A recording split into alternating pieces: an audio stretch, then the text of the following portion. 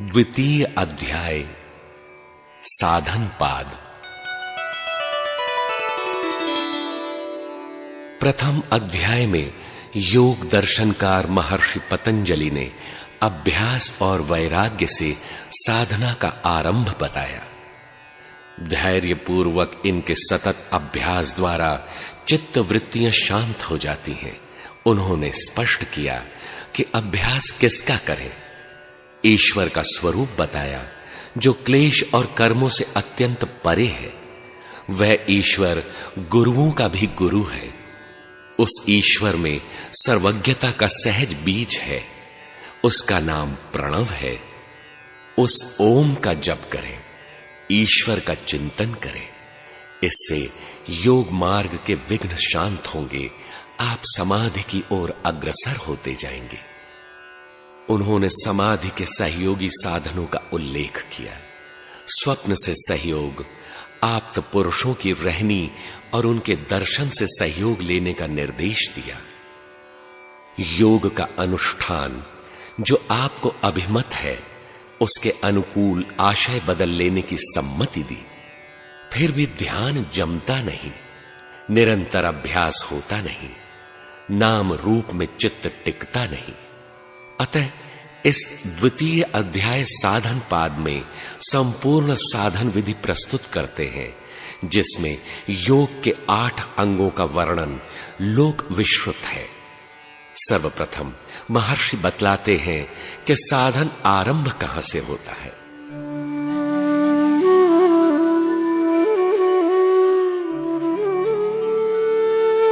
तपः स्वाध्यायीश्वर प्रणिधानानि क्रियायोगः।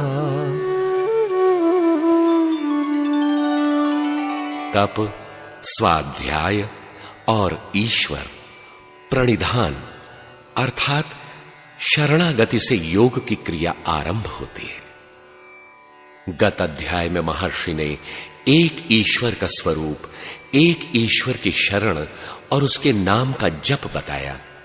अब प्रस्तुत अध्याय में वे कहते हैं कि मन सहित इंद्रियों को इष्ट के अनुरूप ढालना तप है। अपने मन का स्वयं अध्ययन करना स्वाध्याय है कि मन कितना लगना चाहिए और कितना लगा पाया हूं। आप्त पुरुषों की वाणी के अनुरूप मैं कितना ढाल पाया हूं, अभी कितनी त्रुटियां हैं। इस प्रकार स्वयं का अध्ययन करते हुए साधना में अग्रसर होना स्वाध्याय है। ईश्वर प्रणिधान अर्थात एक ईश्वर के प्रति मन, कर्म, वचन से समर्पण। बस इतना करते ही योग क्रिया आरंभ हो जाती है। इस क्रिया योग की आवश्यकता ही क्या है? इस पर कहते हैं,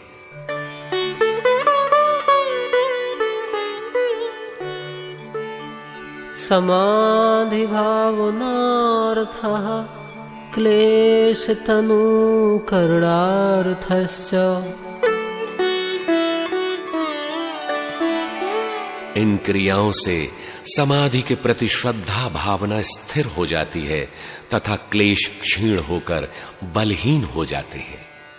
जिन क्लेशों को क्षीण होना है वे कौन कौन से हैं?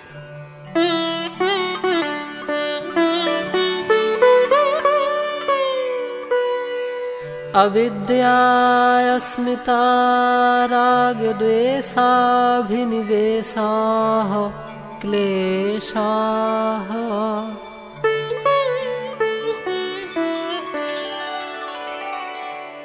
अविद्या, अस्मिता, राग, द्वेष और अभिनिवेश, ये 5 क्लेश हैं। ये पांचों क्लेश ही जीव मात्र को संसार चक्र में घुमाने वाले महादुखदायक हैं। यही जन्म मृत्यु के कारण है। किंतु इनमें भी प्रधान है अविद्या।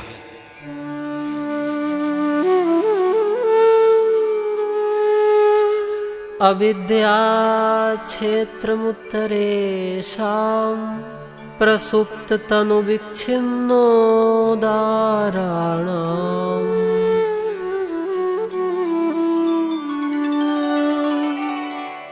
अविद्या परवर्ती 4 क्लेशों अस्मिता, राग, द्वेष तथा अभिनिवेश का उत्पादक क्षेत्र है। ये क्लेश प्रसुप्त, तनु, विच्छिन्न और उदार इस प्रकार 4 अवस्थाओं में रहते हैं। अस्मितादि सभी क्लेशों का कारण अविद्या है। ये चारों अविद्या से ही जागृत होते हैं। ये चारों मिट भी जाएं, अविद्या बनी रहेगी। यही संत कबीर के प्रस्तुत भजन में भी है।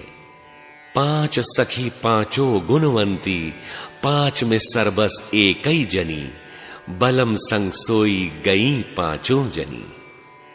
क्लेश जब अपना कार्य नहीं करते, वह उनकी प्रसुप्त अवस्था है।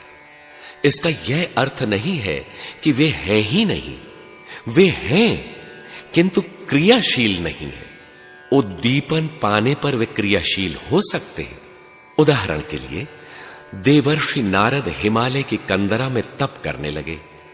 हरि के स्मरण मात्र से एक स्थान पर 2 घड़ी से अधिक न रुक पाने वाले दक्ष के श्राप की गति कुंठित हो गई।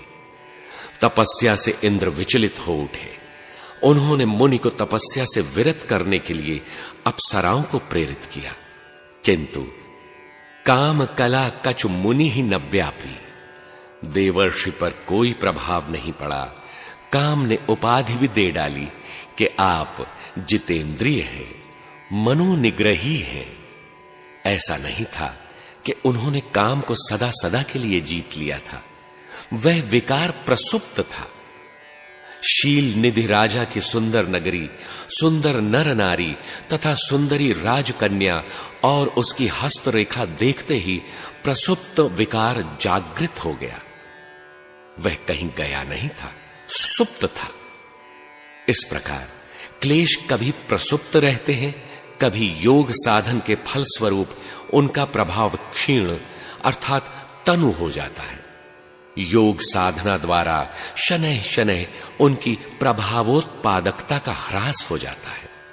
तब ये हीन शक्ति वाले क्लेश अर्थात तनु कहलाते हैं।